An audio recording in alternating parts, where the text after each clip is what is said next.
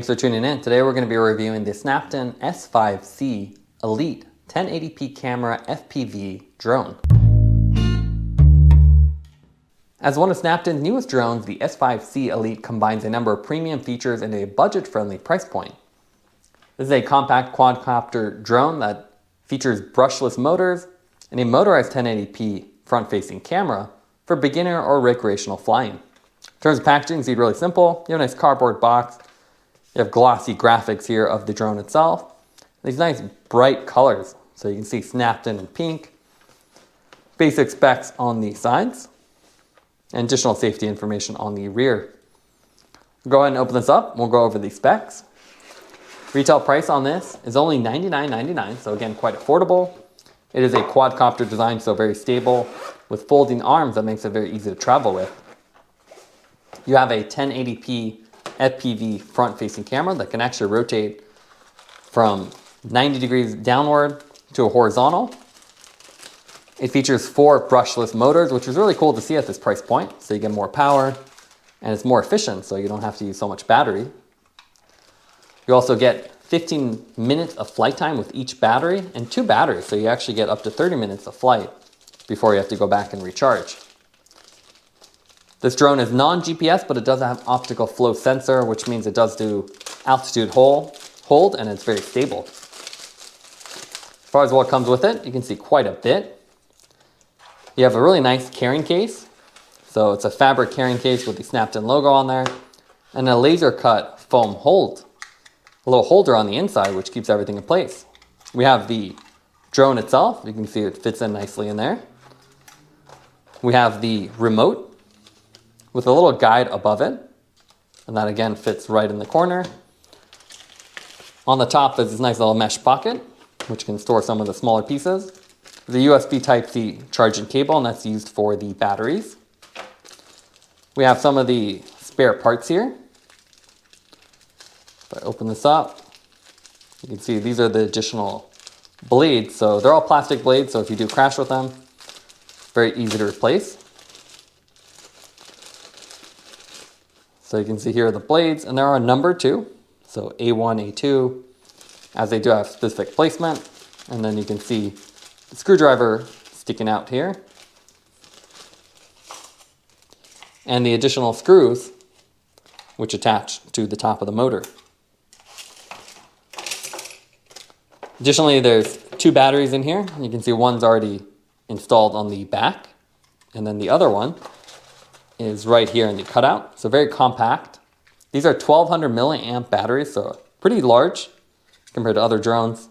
And they're USB Type-C charging, which is why you have that cable. So you can see a little charging port there. You also have an instruction manual. They'll go over all the basic user information on how to fly it. Now let's take a look at the weight of the drone. So you can see very compact drone. If I put that on the scale with 1 battery installed, comes in at 147 grams, so very light. And it's actually underneath the 250 gram limit for a lot of the regulations. And then the remote, this one requires 3 AAA batteries, which are not included, not installed. So without the batteries, it's 138 grams. And you can see simple plastic construction. Visually, the Snaptain S5C Elite has a classic quadcopter design that's lightweight and stable to fly. You can see each of the arms is actually a folding design. So it's very compact when it's all folded up. Makes it easy to travel with and really almost fits in the palm of your hand. When you open these up, you can see the 4 motors. It's actually a brushless type, which is really cool to see at this price point. So a lot more powerful and more efficient, which means it will use less battery than a standard brush motor. You can see the motors are slightly offset, so you have the top one on the top arm, and then 2 of the bottom ones, and these counter-rotate, which is why the quadcopter design is so common. It's very stable and very easy to fly with. You can easily hold its altitude, and you can adjust the pitch and yaw to adjust your flight. As you expect, this is all plastic, so a very cheap drone, something you can definitely crash with and not worry about. All the blades are plastic too, so they should be able to collide with stuff without breaking, and you do have replacements. You have basic branding with the Snaptain on here, and then a lot of these blue highlights. So you have these accents on the body, blue on the arms, and that gives it a little bit of color. The blue is also found on the remote, which is a nice touch. You can see it's super small, and on the main body, you have the front-facing camera. It is motorized, so you can actually see there's a little motor behind it. There is no image stabilization, so there's no gimbal. It's just a one-axis rotation from 90 degrees to horizontal. You have a slot for an SD card, so if you want to get the full 1080 resolution, you want to use that card. Otherwise, it transmits to the phone at 720p. You have little vents here, and then the optical flow sensor. So there's a little downward-facing camera, and this helps it hold its altitude. There is no GPS here, so this will drift in wind, so you do want to be careful. But with the sensor, it's a lot more stable, as it can sort of detect where it is. On the back, you have a little slot for the battery. So you can see, you just take the battery, slide it in, and there's a corresponding tab on the end. To charge this, you actually have to remove it, as the charging port is all the way up on the front. It's a USB Type-C charging port, and you can't access it when it's actually on there. So you can see when you push it in, locks in place. Otherwise, very simple body, and you can see a lot of blue accents and lights. So if I hold the top power button, it's only one power button on here. You can see a very loud startup. It adjusts the camera position. And then you can see right now it's not connected to the remote, so all the lights are on. What's cool about this, they've really gone out with all the lights, so very easy to determine where this is. The front has the two white lights. The back has the blue with the red. And you can see each of these lights is actually mounted on the corners with a little transparency. So you can actually see it from almost any angle. So if it's above you, you should see the red. You can see the blue on the front, as well as the white front LED, so it makes it very easy to fly with. And then on the back, you have this larger blue one, another blue light on the top. So a pretty simple design, and almost gives a little insect appearance with these raised humps on the front LEDs. As far as the camera, this is a 1080p camera. So pretty decent. Again, no image stabilization, so if you want to get commercial quality smooth drone shots, this is not the drone. As far as the remote, you can actually fly this with the app or the provider remote. The remote's a nice plastic design. So pretty simple and lightweight. You have these fold out arms.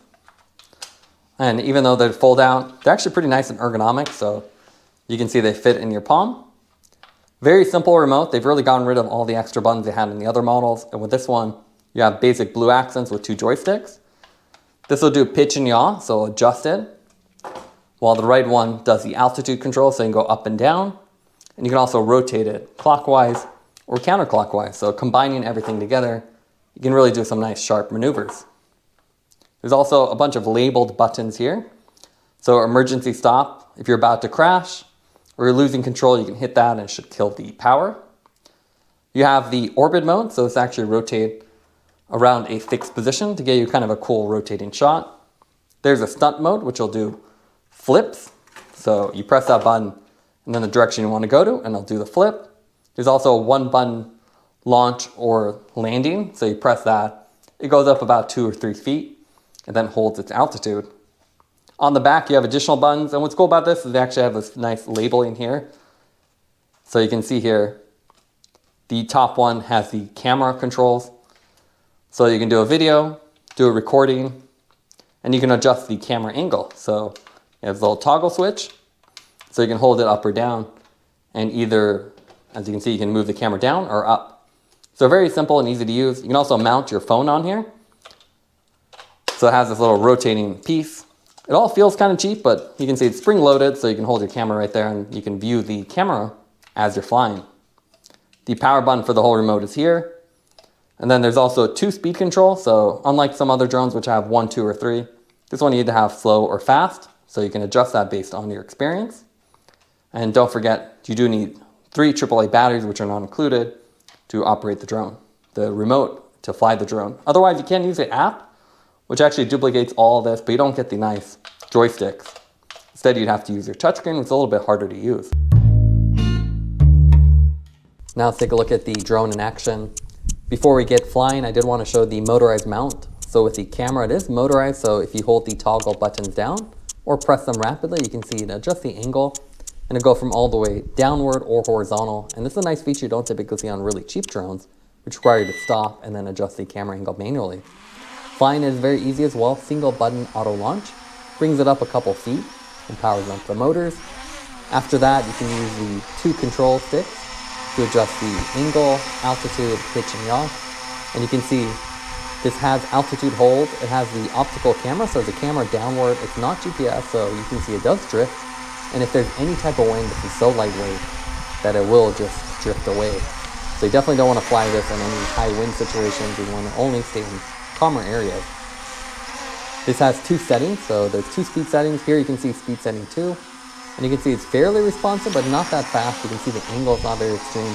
So compared to the Snaptain E10 or E20, those feel a little bit more snappy.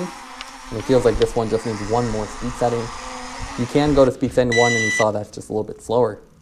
The app itself is pretty simple too. You connect to the Wi-Fi network of the drone, and then you can actually get a camera feed. This is a 720p camera feed to the phone. It will be stored in your media, and then if you have a memory card on the drone, you get the full 1080p. You can see there is no image stabilization, so it is quite jittery. So if you want to do any perspective style flying, it is harder to do here. The app itself is pretty simple. You just have a lineup of icons on top that repeat a lot of the functions on the remote. So you can take camera, recordings, emergency stop, and you can also fly directly just using the app with the touchscreen. The app is also the only way to see the battery status, which is one unfortunate thing. So you can't really check the battery status on the drone. You have to have the app, and then you can actually see the status and the memory card. Recordings on here can be easily done as well. So you hit the button for record, and then I'll start recording to the memory card if you have it, or stream it to a video file. You can see a larger portion of the video here in the corner.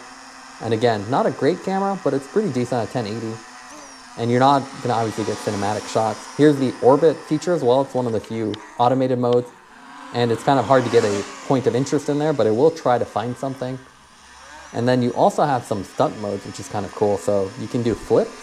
So you can see here, if I'm high enough off the ground, I press the button, and then I pick a direction, left or right, or forward and backwards. You can see I'll do a flip.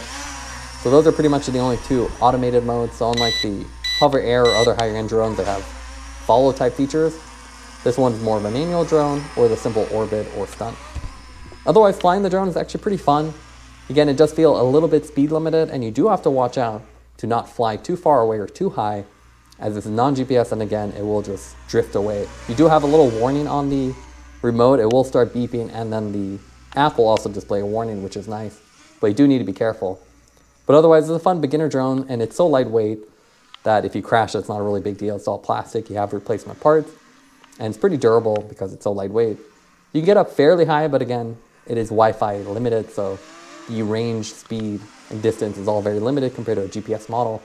You can see from the camera feed, you're obviously not going to get cinematic shots, but pretty fun to fly with and decently responsive. Again, we would have liked just 1 more speed to make it more fun, but otherwise it's a nice drone, and the 15-minute runtime that they claim is a little optimistic. Obviously not going to run down to 0. So we found 10 to 12 minutes, and if there's wind, you're really going to be fighting that wind, so that'll cut into your time. But you do get 2 batteries and a really nice carrying case. So again, overall, a fun drone at $100. It's something you can play around with and not worry about if you do damage it or get lost.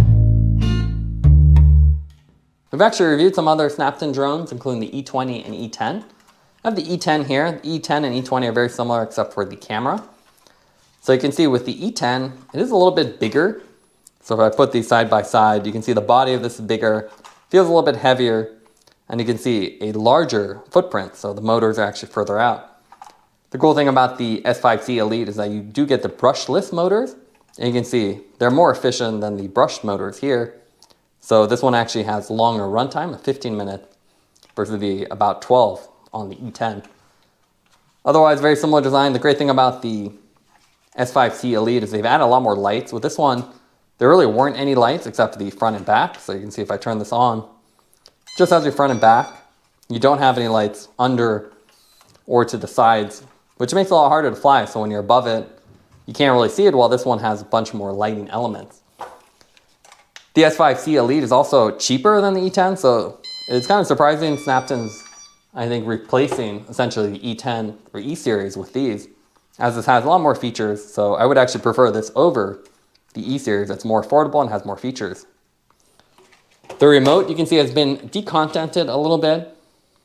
So this one, they're both plastic, but this one feels and looks a little bit cheaper. This one is a rechargeable design, which was nice, so you can actually plug this in and recharge it. But otherwise very similar, 2 joysticks, Snaptain logo, and that little opening for the cell phone attachment, but you can see this was rechargeable, which is one feature missing here. You'd have to use rechargeable AAA batteries. But otherwise, very similar controls. This one had dials versus the toggle button. But otherwise, again, almost identical. You can't zoom in as you can with the E10. So this one had a little zoom feature, which is really zooming the image on the camera on your cell phone view, not the actual rendered image. This one, you don't have that option, so that's one missing feature, but otherwise very similar. There are also other drones on the market. We've done the HoverAir. This is a really cool kind of AI-driven drone. So it'll follow you, has target recognition. So this is what we typically use for other reviews. This will follow us around. Has a lot of really cool features. $400 versus the $100 for the Snaptain. So a little bit different league. This is more of a pocket-sized drone that has a lot of the object tracking features, while these are more non-automatic drones that you have to fly manually. There are some basic trajectory modes, so you can draw a trajectory on the app to fly these, and you can do the orbit flight, but otherwise it doesn't have any object tracking or obstacle avoidance. Now let's go over the pros and cons for the Snaptain S5C Elite. What we like about it is budget friendly. At $100, it's pretty affordable, and there's always a sale on there. So it's a really fun drone you can really mess around with. It's easy to fly with an intuitive interface. You have labeled buttons on the remote, you can use the app, and you have basic controls. It's also really portable and compact with that quadcopter design, so really stable, and you have a nice little carrying bag with all the spare parts inside it. The main negatives here, it feels like the speed is limited, especially with this brushless motor.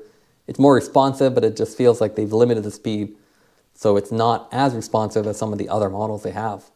Also, there's no battery indicator on the drone or remote, so the only way to check the battery is to use the app, which will display it. So it would have been nice if there was some other indicator. Taking everything into account would give the drone an 8.7 out of 10. It's an affordable, fun drone that has a camera and a lot of more premium features. Thanks for watching this review. Don't forget to like and subscribe. You can see more content from us on our website at thesweetcyclist.com, as well as follow us on Instagram at thesweetcyclist. This is The Sweet Cyclist reminding you to enjoy the ride.